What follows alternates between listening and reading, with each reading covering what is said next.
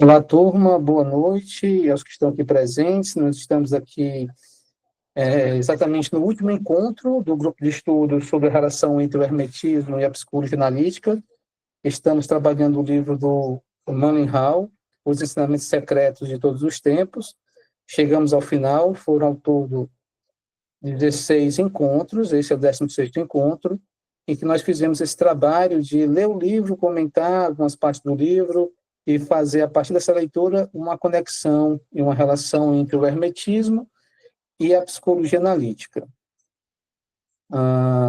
Bom dia, boa tarde, boa noite aos amigos que estão assistindo a gravação no canal do Instituto Labirinto. Eu sou Evaldo Costa, né? Estamos já há algum tempo fazendo esse trabalho no canal, com o objetivo, com o propósito de divulgar a psicologia analítica e de facilitar o acesso a esses conhecimentos a um grupo maior de pessoas, né? Lembrando também que nós estamos começando mais uma formação dentro do Instituto Labirinto, a formação em psicoterapia de orientação junguiana. Estamos agora indo para a 13ª turma. Nós estamos divulgando nas redes sociais, quem tiver interesse, né, só acessar nossas redes sociais e, a partir disso, fazer a sua inscrição nessa nova turma de formação em psicoterapia de orientação junguiana. Então, sejam todos bem-vindos. Estamos aqui nesse nosso encontro, 16º encontro, e, como sempre, né, nós passamos um roteiro para os membros do Labirinto que estão acompanhando esse grupo de estudos, presencialmente desses encontros, ou assistindo a gravação das aulas, e nós sempre nos colocamos à disposição de quem tiver alguma pergunta, algum comentário a fazer, pode fazer tanto no canal do Instituto Labirinto, como também via WhatsApp, no próprio grupo do WhatsApp de membros do Labirinto, como também diretamente no meu WhatsApp pessoal. E as perguntas desse nosso roteiro, dessa vez, são essas 4 perguntas, né? Então, a primeira pergunta, por que o índio, né? Porque no final desse livro ele começa a falar sobre a cultura indígena norte-americana, né? Tanto da América do Norte, América Central, como também da América do Sul. E a pergunta, por que o índio é, em essência, um místico e um filósofo?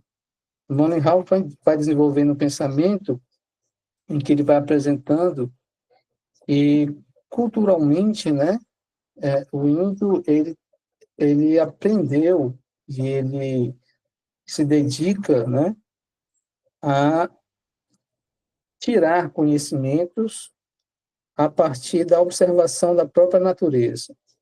Então, o índio, em si, ele tem já esse costume em sua bagagem de contemplar a natureza e, a partir dessa contemplação, a observar os sinais que a natureza está expressando, às vezes o canto de um pássaro, uma movimentação estranha na fauna, um símbolo que apareceu naquele contexto da floresta, da selva, ele consegue identificar que esse sinal está revelando uma mensagem para ele, e essa mensagem é significativa, é importante, né? Então, de acordo com essa aprendizagem do índio, né, que consegue, né, olhar para a natureza, contemplar a natureza, e a partir disso tirar um conhecimento, faz dele, segundo Manninghall, um filósofo em essência, né?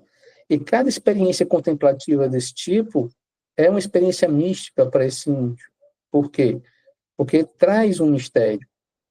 E esse mistério traz junto com ele um ensinamento, uma lição, que pode ter a ver com a sua existência, pode ter a ver com o momento em que ele está passando, atravessando, pode trazer uma resposta para uma pergunta, para uma dúvida, para um conflito, e pode também trazer uma mensagem importante para o seu grupo étnico, para a sua tribo, para o seu povo, para o seu contexto sociohistórico no geral. Então, é nesse sentido que Manninghall considera, né, o índio, em essência, como um filósofo e um místico.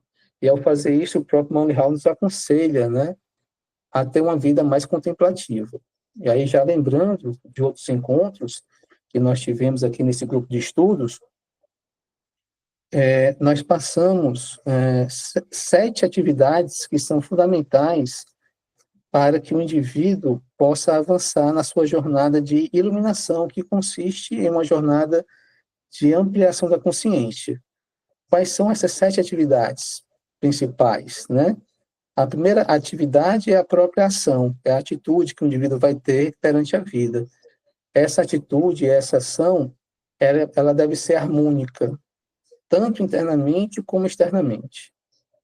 Deve ser uma ação em que ocorra em harmonia com o seu meio externo e com o seu meio interno, né? É a chamada reta ação, ou ação verdadeira. Uma segunda atividade muito importante, né, que ajuda o indivíduo na sua jornada evolutiva, é a oração, né? Por quê? Porque a oração, ela é um meio, um instrumento muito eficaz para unir o indivíduo àquilo que o transcende, ou ao Criador, a fonte da criação, a fonte de todo o mundo manifesto. Então, se ampliação da consciência, se iluminação significa também conexão com algo que nos transcende, a oração é um instrumento muito eficaz para isso. Porque à medida que o indivíduo está orando, está elevando a sua mente para algo maior do que ele, para entrar em contato com algo maior do que ele. E isso é criar uma ponte, criar uma conexão, né, que o ajuda na sua jornada evolutiva de iluminação, de ampliação da consciência.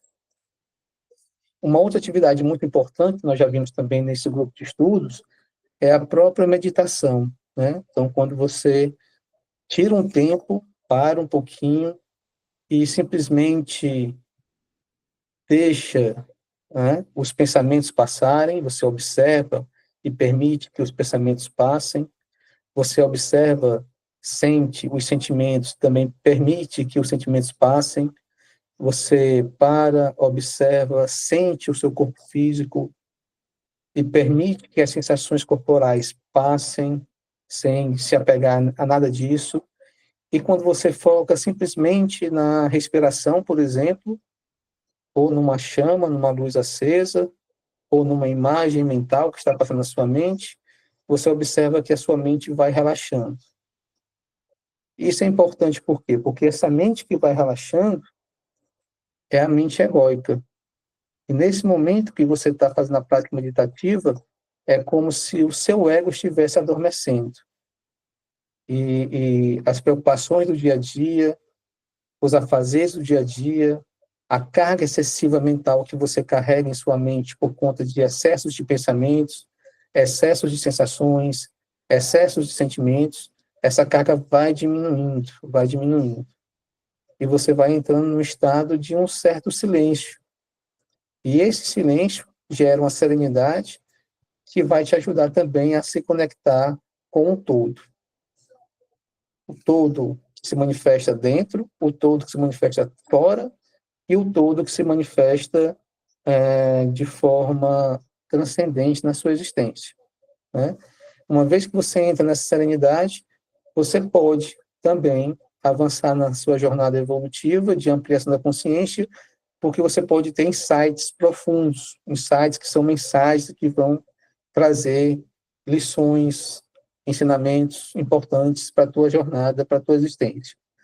Uma outra atividade, né, que nós também já vimos aqui, é a atividade da contemplação, que é essa que o Monty Hall se refere ao falar sobre os índios, né? Então, quando a gente para e passa simplesmente a contemplar a natureza, uma floresta, um bosque, uma cachoeira, um rio, um jardim, o mar, uma planta, né? Apenas simplesmente uma planta, simplesmente uma árvore, né? Você também entra num estado de relaxamento, você também entra no processo de silenciar sua mente, e quando você entra nesse processo, você vai receber também alguns insights que são importantes para que você possa adquirir mais um aprendizado na sua jornada evolutiva.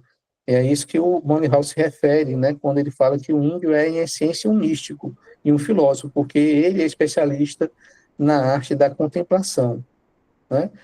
Complementando as 7 atividades básicas, né, para a jornada de iluminação, nós temos outras 3, né, que é a própria reflexão, que é você simplesmente refletir sobre aquilo que você está observando, que você está vivenciando, que você está fazendo, que você está pedindo em oração, que você está contemplando.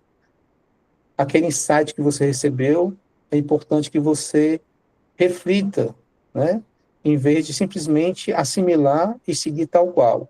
É importante que você reflita, por quê? Porque a reflexão vai trazer de volta o ego para essa história, né? Então, o ego que silenciou, que foi silenciado, que adormeceu, que relaxou, e pôde entrar em estado de silêncio profundo e que a partir disso pôde se conectar com o transcendente, com a totalidade, esse ego é chamado de volta através do ato reflexivo, onde ele vai refletir sobre tudo aquilo que ele realizou ou vivenciou, que ele contemplou ou meditou e que ele pediu em oração, né?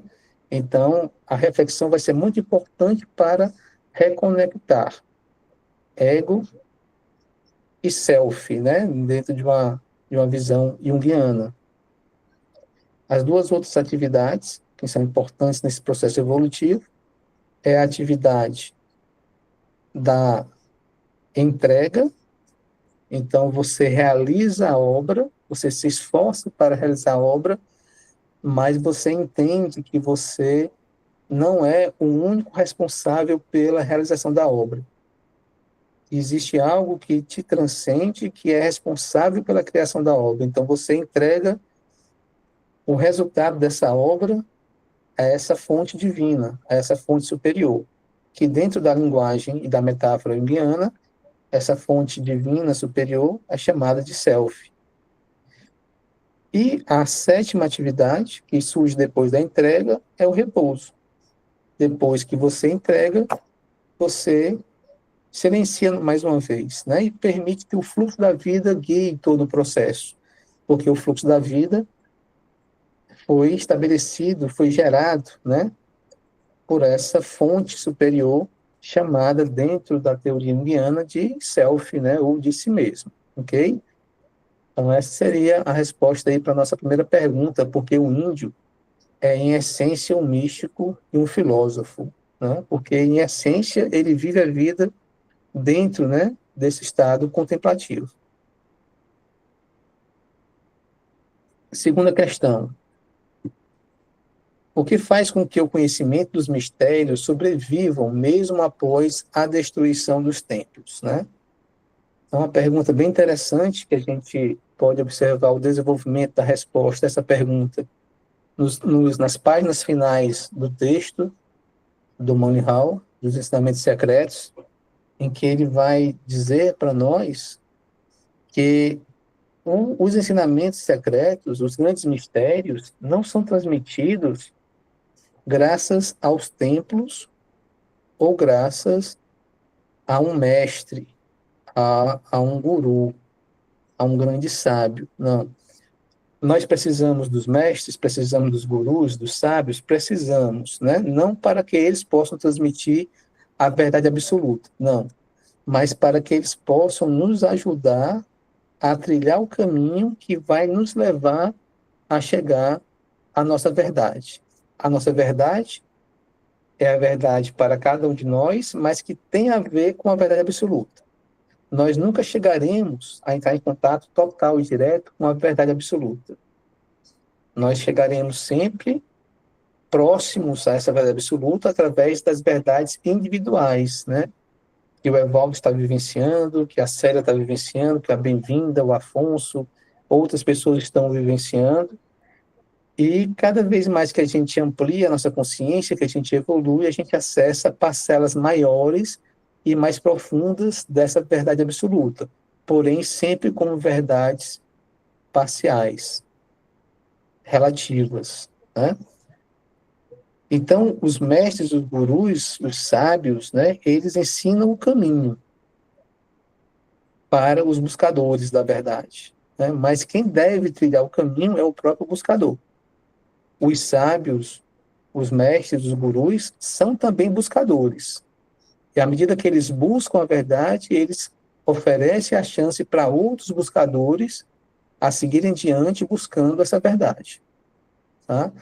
Por isso que os grandes mistérios, eles continuam sendo ensinados até hoje, mesmo que um templo não exista mais, mesmo que uma sociedade secreta iniciática, esotérica, um sistema filosófico esotérico iniciático não exista mais, mesmo que uma religião não exista mais, porque o legado já foi deixado, né? E à medida que a gente vai realizando essas atividades que eu citei para vocês agora no início, a gente vai trilhando esse caminho evolutivo, né? E à medida que a gente trilha esse caminho evolutivo, a gente vai acessando essas parcelas mais profundas dessa verdade, tá? Então, não é a escola em si que transmite a verdade, como se tivesse uma verdade pronta e acabada que fosse sendo ensinada, transmitida para um adepto, para um aluno, não. Assim como não é o próprio mestre, o guru, que ensina essa verdade para um discípulo, para um aluno, não. O aluno faz o seu caminho, faz a sua jornada, e nesse caminho, nessa jornada, ele vai encontrando outros adeptos, outros buscadores, adentrando em conhecimentos relacionados a escolas iniciáticas esotéricas, e nessa jornada que esse aluno está fazendo, ele vai com isso, ampliando sua consciência e acessando esses mistérios que existem desde sempre. Ok? Com isso, chegamos na terceira questão do nosso roteiro. O que ocorre com aqueles que estão avançando no caminho da iluminação? Né? E aí a história está rica, né? Cheia de exemplos, né? De grandes personagens, grandes buscadores, que passaram por uma jornada evolutiva de sofrimento, de dificuldades, mas graças a essa jornada evolutiva de sofrimento e de dificuldades, conseguiram ampliar sua consciência, conseguiram entrar no caminho da iluminação, deixaram ensinamentos para a sua coletividade, mas sempre foram perseguidos e destruídos pela sua coletividade. É isso que acontece, né? Com todo aquele adepto que está buscando a iluminação, que está avançando, né, nesse processo de iluminação. Mais uma vez, fazendo aqui o paralelo com a psicologia analítica, né, é o mesmo que ocorre com aquela pessoa que está avançando no seu processo de individuação. Esse processo só ocorre porque essa pessoa está vivenciando ou vivenciou durante um bom período momentos difíceis e conflituosos, porque eram momentos em que ele teve que lidar com a sombra, sua sombra pessoal e sua sombra coletiva, a sombra da coletividade, a sombra da família, a sombra da sua época, da sua cultura, do seu país, né? Então, lidar com a sombra não é fácil, é sempre difícil, é sempre complexo. Sempre traz sofrimentos, angústias, desesperos, dificuldades, né? Mas à medida que alguém tem a coragem de seguir em frente e de se deparar, de confrontar com a sombra, essa pessoa tem a chance de assimilar conteúdos que até então estavam adormecidos ou escondidos no seu inconsciente ou no inconsciente coletivo da sua época, da sua cultura, da sua comunidade. E à medida que ele vai assimilando esses conteúdos dentro de um processo de confronto com o inconsciente, esse indivíduo vai ampliando a sua consciência e vai encontrando a sua verdade pessoal e vai encontrando o seu caminho de realização nesta vida. E à medida que esse indivíduo consegue, né, seguir esse caminho pessoal de realização nessa vida, esse indivíduo deixa uma contribuição enorme para a sua coletividade, para a sua cultura, ao mesmo tempo em que ele passa a ser perseguido também pela sua coletividade e pela sua cultura. Ele entra em choque também com aqueles que negaram o caminho de iluminação, que resolveram não trilhar esse caminho de iluminação. Esses passam a projetar todo o material sombrio naquela figura que está avançando no processo de iluminação. Né? Então, acontece a mesma coisa aquele que avança no processo de individuação, acontece o mesmo com aquele que avança na jornada de iluminação, né? Ou seja, resolve um problema coletivo a partir do contato com a sombra, contribui para a coletividade, mas paga um preço por isso. E esse preço é entendido também dentro da escola junguiana como o preço do isolamento, né? Você até sente que faz parte da comunidade, você até sabe que você é importante para aquela coletividade, mas você se sente sozinho, solitário. Porque aquela verdade que você acessou, ninguém consegue corroborar com ela, ou são poucos os que conseguem corroborar com ela, né? Então é isso, gente, que acontece com aqueles que estão avançando no caminho da iluminação. Experienciam ao longo dessa jornada um certo desamparo, um certo isolamento e um certo abandono. Ok? O que é que Valdo, quando tu falou nesse confronto, só com licença, não. quando você falou nesse confronto, né, é o confronto do processo de individuação, né, e aí, Evaldo, o ego deixa de ser o centro, né, e o self, ou seja, o si mesmo, assume a centralidade, é isso? Passa a ser o centro da personalidade. Como o self, né, ele precisa ser percebido e reconhecido, né, e sentido por alguma coisa, quem vai sentir, reconhecer e perceber o self é o centro da consciência, que é o ego, né? Por isso que a gente não fala somente do self, a gente fala do eixo ego-self, porque o ego é o centro da consciência, o self seria o centro da personalidade, que engloba aspectos inconscientes, né? Mas a ampliação da consciência, ela implica em você formar um eixo que vai conectar ego com self, consciência com inconsciente. Esse eixo passa a ser o centro dessa personalidade, eixo ego-self. Aí, Evaldo, esse confronto aí é o confronto com a sombra, né? Que não Isso existe acontece pela sombra, iluminação, né? Através da né? sombra. Porque não existe, né, Valdo, a iluminação sem atravessar as trevas interiores, né? Que essas Não trevas, existe. ela está dentro de nós, né? Isso. Esse é um grande paradoxo, mas é muito verdadeiro, né? Para que você possa chegar na luz, você tem que atravessar o caminho das trevas, né? Tem que passar É pelas sombras. difícil, né? É difícil, né, Valdo? Porque às vezes a gente não quer aceitar, né? Não é porque Por a isso gente que não quer, sempre tem acho que é porque a sofrimento, né? gente age inconsciente, né, Valdo? Isso. A questão de eu digo assim, não é que o indivíduo não queira aceitar, não é que ele negue. Eu penso é porque ele está inconsciente, porque tudo que é negação vem do inconsciente. É assim, Evaldo? Ou eu estou confundido? Por favor, me ajude, para me entender bem. Como eu estava te falando, né? Assim, para que você possa chegar nessa iluminação, você vai ter que entrar em contato com aspectos sombrios, aspectos inconscientes, né? Então, o caminho perpassa pelo inconsciente, perpassa pela sombra, né? Mas no final você vai encontrar uma iluminação. E o que é que seria, na prática, essa iluminação? Iluminação seria, na prática, uma vida mais harmônica, internamente e externamente. Então, na iluminação, você encontra a paz, a harmonia e o equilíbrio interno e externo. Só que para chegar nessa paz, nessa harmonia, nesse equilíbrio, você passa por conflitos, por dificuldades, por sofrimentos, que tem a ver com a sombra.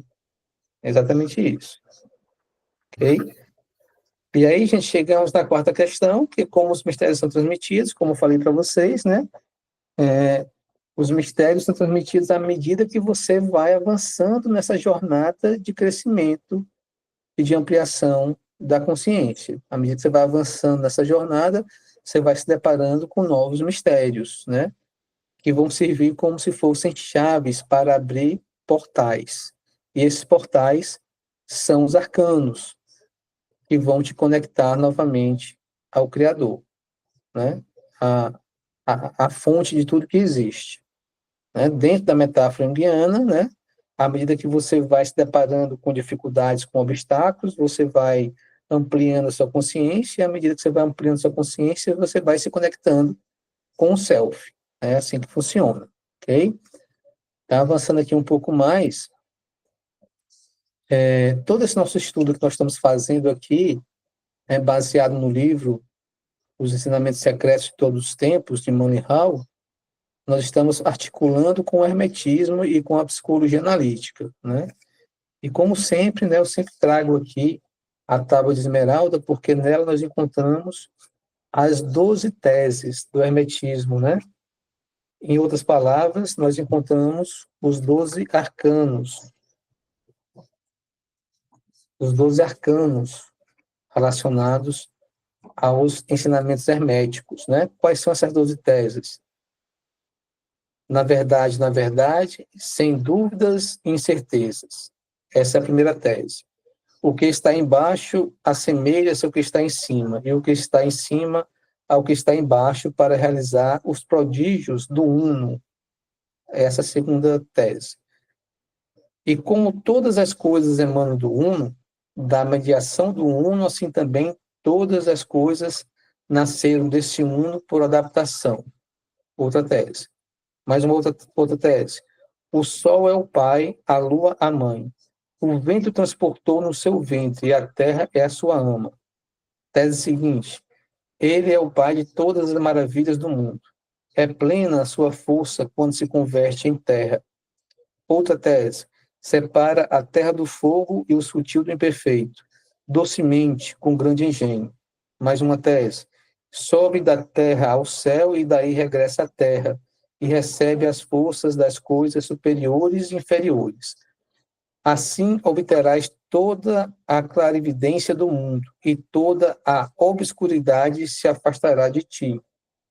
Isso é uma tese que fala da iluminação. Próxima tese. É a força de todas as forças, pois vence toda a sutileza e penetra toda a densidade. Mais uma tese. Deste modo foi criado o mundo. Assim serão operadas admiráveis variações e adaptações para as quais é aqui dado o meio. E foi-me dado o nome de Hermes Trismegisto, porque possuo as 3 partes da sabedoria de todo o universo. Né? Nós temos aqui os 12 arcanos transmitidos dentro do hermetismo para os adeptos que escolheram o caminho do hermetismo. Né? São as 12 teses herméticas, né?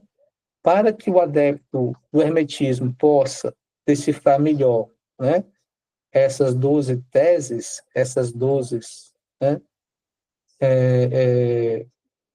afirmações, ou esses 12 arcanos, nós temos aqui os 7 princípios básicos do hermetismo, que tem a ver com essas 12 teses.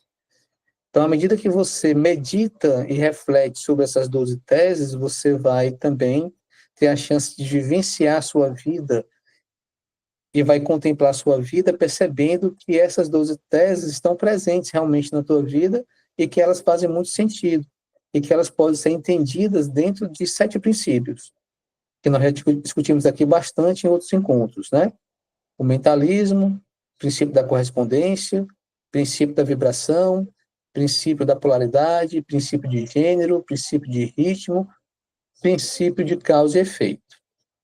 Então, o adepto, ele vai entender que, para que ele possa ter uma vida harmônica internamente e externamente, ele precisa conhecer esses 7 princípios e viver de acordo com esses 7 princípios. Porque assim ele vai poder abrir os 12 arcanos presentes na Tábua de Esmeralda, e ao fazer isso, ele volta a se conectar com o seu Criador, com a sua mente. Né? Então, a ideia básica do hermetismo e de muitas filosofias iniciáticas, esotéricas, escolas, religiões também esotéricas, iniciáticas, é que existe uma fonte de tudo que se manifesta no mundo tridimensional. Essa fonte se encontra para além do mundo tridimensional, portanto, é uma fonte transcendente, da qual nós nos afastamos, à medida que nós viemos cada vez mais para esse mundo tridimensional, e que nós, em algum momento da nossa jornada evolutiva, a gente percebe a necessidade de voltar a se conectar com essa fonte. A gente começa, então, a fazer um caminho de retorno para essa fonte. Tá? E esse caminho de retorno passa pela tomada de consciência, dentro do hermetismo, da existência desses 7 princípios herméticos, e da existência daqueles 12 arcanos, né? 12 teses, 12 afirmações contidas na Tábua de Esmeralda. E à medida que você vai vivenciando de forma consciente essas 12 teses, você vai ampliando sua consciência e, ao fazer isso, você volta a se conectar com a fonte que te criou. Tá? Então, essa é a ideia básica do hermetismo. Nós podemos ver isso claramente na psicologia analítica, né? Então, com a ideia teórica, né, junguiana, do processo de individuação, a gente percebe isso claramente, né? Então, no início, a criança, quando vem ao mundo, o bebê, quando vem ao mundo, né, é inconsciente puro. Vai surgindo um ego rudimentar. Mas esse ego rudimentar ainda vive imerso no inconsciente, é muito influenciado pela psique do pai e da mãe. À medida que esse ego vai crescendo, vai se fortalecendo, vai se afastando do inconsciente, esse ego vai olhando para a sua vida individual, subjetiva, e vai olhando para os seus desejos, para as suas necessidades, para aquilo que esse ego considera como importante para ele. E ao fazer isso, ele se afasta do self. Vive a vida que ele precisa viver, entra na vida social, cultural da sua época, estabelece vínculos, tem experiências afetivas importantes, significativas, consegue ocupar um espaço no seu meio social, cultural, mas ao fazer isso se afastou demais do self, né? E ele precisa retornar a se conectar com a sua fonte, com aquilo que o criou, que foi o self, né? E aí o processo de individuação segue numa segunda etapa, agora numa etapa direcionada para que o ego possa tomar consciência daquilo que o transcende, que é o self. Então, a mesma metáfora dita com palavras diferentes, né? Nós encontramos o mesmo padrão na psicologia analítica que nós encontramos dentro de um conhecimento baseado no hermetismo, ok? A ideia, gente, mais ou menos essa, de que existe uma grande mente, né? E essa ideia está presente em toda e qualquer filosofia mentalista, no idealismo, por exemplo, no próprio espiritualismo, por exemplo, né? Que existe um criador, existe uma fonte, né? Existe uma grande mente que criou tudo, né? Que criou o mundo material, tá? A partir desse mundo material, seres foram evoluindo, foram adquirindo mente, foram adquirindo consciência, né? Surge uma mente singular, uma mente individual, que se afastou dessa grande mente, mas que ela percebe, a partir de um certo momento da sua trajetória evolutiva, que ela precisa se conectar com a sua origem, com a sua fonte, que é essa grande mente universal, né? E essa mente individual, ela reconhece que há duas possibilidades, dois caminhos, para que ela possa voltar para a conexão com essa grande mente. Ela percebe que pode voltar para essa grande mente, observando e contemplando a matéria, porque a matéria é um reflexo dessa grande mente, ou ela pode, a partir da própria mente individual, contemplar, observar e viver fenômenos que vão reconectá-la novamente com a mente universal. Ok? Então, essa é a ideia, de que nós nos afastamos da fonte, mas que nós, a partir de certo momento, precisamos fazer um caminho novamente evolutivo em direção ao Criador, né? Ao Criador de tudo que existe. Tá? Então, o processo de iluminação, aqui, assim como o processo de individuação dentro da escola junguiana, da teoria junguiana, fala de um caminho, tá? Um caminho que você vai passar por etapas, por fases, né? Um caminho que você vai se deparar com dificuldades, com obstáculos, e que você, para poder superar esses obstáculos, essas dificuldades, você vai ter que abrir portas, portões, portais, né? Que são simbolicamente retratados como os arcanos, representados como os arcanos. E esses arcanos, eles são abertos à medida que você consegue, através da experiência singular, portanto, de uma experiência mística e profunda, acessar uma verdade que te toca significativamente. Então, quando você se depara com essa verdade que te toca significativamente, você consegue, então, abrir um portal, vivenciar um arcano e adquirir um aprendizado com esse arcano, né?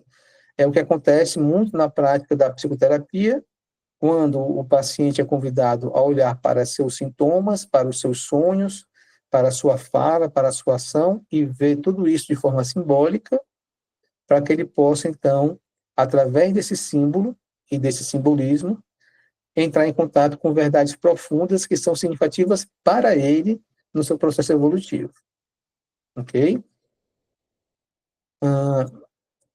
Para ilustrar essa jornada de iluminação, né, nós falamos aqui várias vezes, né, em outros momentos, em outros encontros desse grupo de estudos, da parábola do filho pródigo, e falamos também da alegoria da caverna, né? Então, a parábola do filho pródigo, aquela que está na Bíblia, né, aquela que fala de um irmão que resolve sair da casa do pai e resolve pegar logo a sua herança e ir para o mundo, para conhecer o mundo, e vai assim fazer, vai assim vivenciar essa experiência de conhecer o mundo. À medida que faz isso, vai experienciando também dificuldades, misérias, pobrezas, sofrimentos, até que chega um momento em que esse filho pródigo, ele percebe que se ele estivesse na casa do pai, ele estaria vivendo de forma bem mais tranquila e mais leve do que ele vivencia hoje. E ao perceber isso, ele sente a necessidade de voltar para a casa do pai. Ele começa então a fazer uma trajetória de retorno, começa então a fazer um caminho de volta para a casa do pai. Quando o pai reconhece que ele está caminhando de volta para a casa do pai, o pai corre na sua direção para abraçá-lo. Então, o pai o ajuda também a caminhar de volta. Levando isso para a metáfora indiana, é exatamente o que acontece, né, entre o ego e o self. O ego que se afasta do self, e é necessário que isso aconteça para que ele possa se fortalecer e crescer, ele vai para o mundo para ter experiências no mundo, até que através de um conflito, de uma perda, de um sofrimento muito grande que ele passa, ele sente a necessidade de voltar-se para dentro de si e encontrar a sua essência, a sua verdade. Quando ele percebe isso, ele está percebendo a necessidade de voltar para o self, de caminhar de volta para o self. E ele começa, então, a fazer esse percurso de volta para o self, que é a segunda etapa do processo de individuação segundo a psicologia analítica. E a alegoria da caverna, que nós também já vimos aqui em outros encontros, né? Ela ilustra muito bem que esse processo de iluminação, ela ocorre em 3 etapas. E aqui nós temos aqui uma imagem da alegoria da caverna, né? Que mostra uma caverna, que tem uma parte mais profunda da caverna, tem uma parte intermediária, e tem uma parte que está mais próxima da saída da caverna, né? Então, esse simbolismo aqui, visto de forma esotérica, de forma mais profunda, nós percebemos que o nível de iluminação e de evolução, que a jornada de iluminação, a jornada de evolução, acontece em 3 níveis, né? Primeiramente, no nível mais físico, mais corporal, mais material, de experiências corpóreas e sensoriais, e que você conhece, a partir dessas experiências mais concretas, mais físicas, mais materiais, né?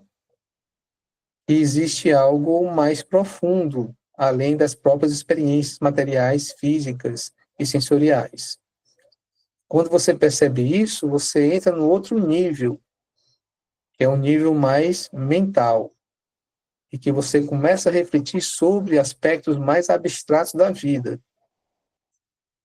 né? Quando você percebe que tudo que existe, por exemplo, né, são reflexos de um mundo transcendente, de um mundo mais profundo, de um mundo que está para além desse mundo manifesto. Então, quando você começa a desenvolver uma mente mais abstrata, uma mente mais voltada para tarefas e exigências espirituais, transcendentais, né? E isso vai te levar a um terceiro nível desse processo de iluminação, representado aqui pela chama, pelo fogo aqui dessa fogueira, né? Que é quando você consegue também trilhar essa iluminação no campo emocional, no campo dos sentimentos, portanto, no campo do coração. Não é? Então, você começa, então, a perceber que essa jornada também acontece em seus sentimentos, né? E você começa a perceber a necessidade de crescer em aspectos emocionais, morais, sentimentais. E quando você consegue fazer isso, você se depara com sentimentos positivos, com frequências vibratórias elevadas, que nós já vimos aqui a importância das vibrações, das frequências vibratórias elevadas, né? E você se depara com frequências vibratórias de gratidão, de humildade, de amor incondicional e assim por diante. E você percebe que ao fazer isso, ao se conectar com frequências vibratórias mais elevadas, é quando você consegue se conectar com o transcendente, ou seja, com tudo aquilo que está fora da caverna. Ok? Então, gente, pelo nosso horário de hoje, estamos chegando ao final desse encontro, né? Mas estamos aqui deixando as portas abertas para comentários no canal do Labirinto, comentários no WhatsApp, para que a gente possa aprofundar esses estudos. Se tiver algum comentário, alguma pergunta, pode ficar à vontade para compartilhar conosco, né?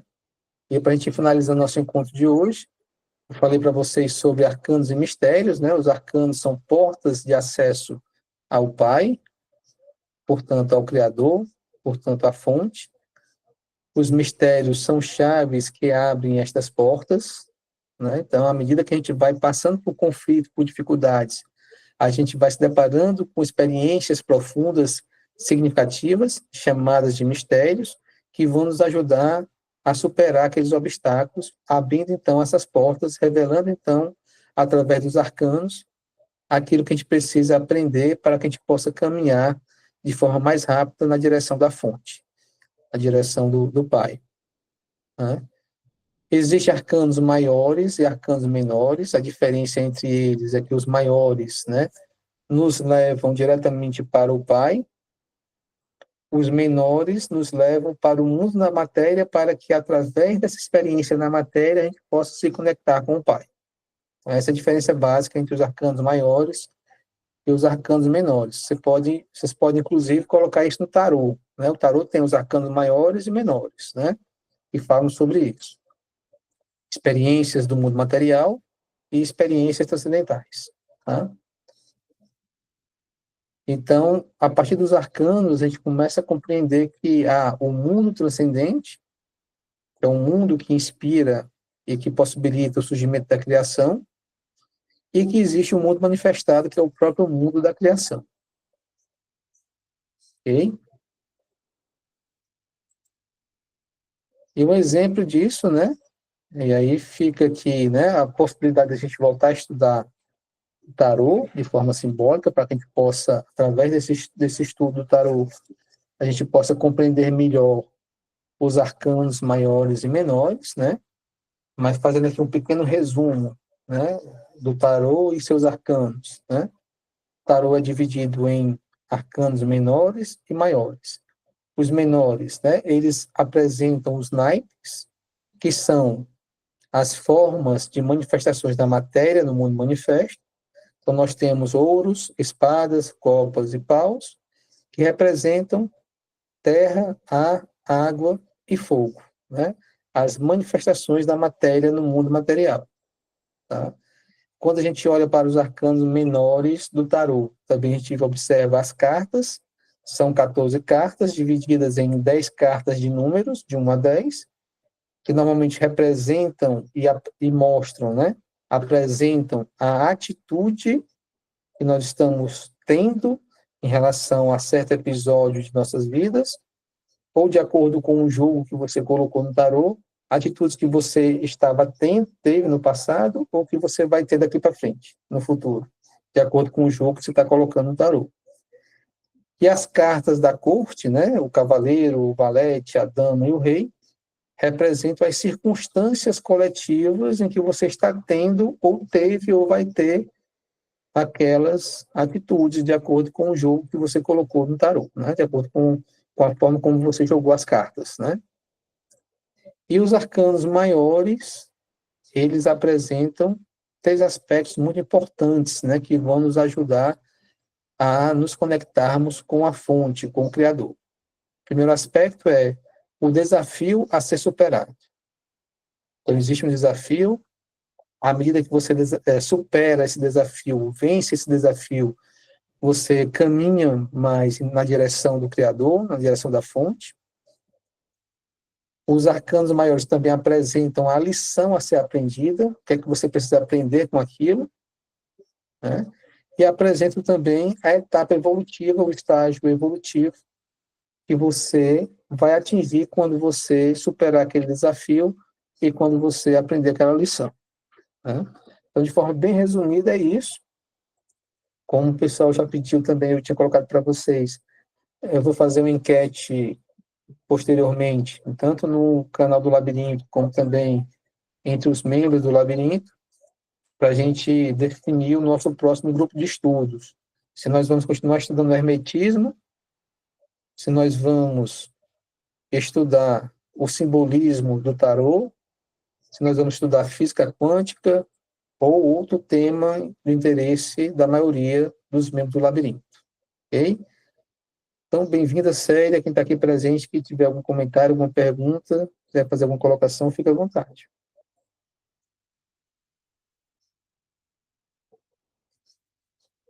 Se não, podemos finalizar nosso encontro pelo horário, já bem tarde, né? Finalizamos então, né? Então, gente, até a próxima oportunidade, a gente vai se falando, lembrando que semana que vem, Obrigado, bem-vinda. Semana que vem, na quinta-feira, a gente retoma o grupo de estudos do Jung, né? Vamos trabalhar o livro Natureza da Psique, na próxima quinta-feira. E daqui a 15 dias, a gente retoma o livro vermelho na quarta-feira à noite. Ok? Até lá, gente. Forte abraço a vocês. Boa noite.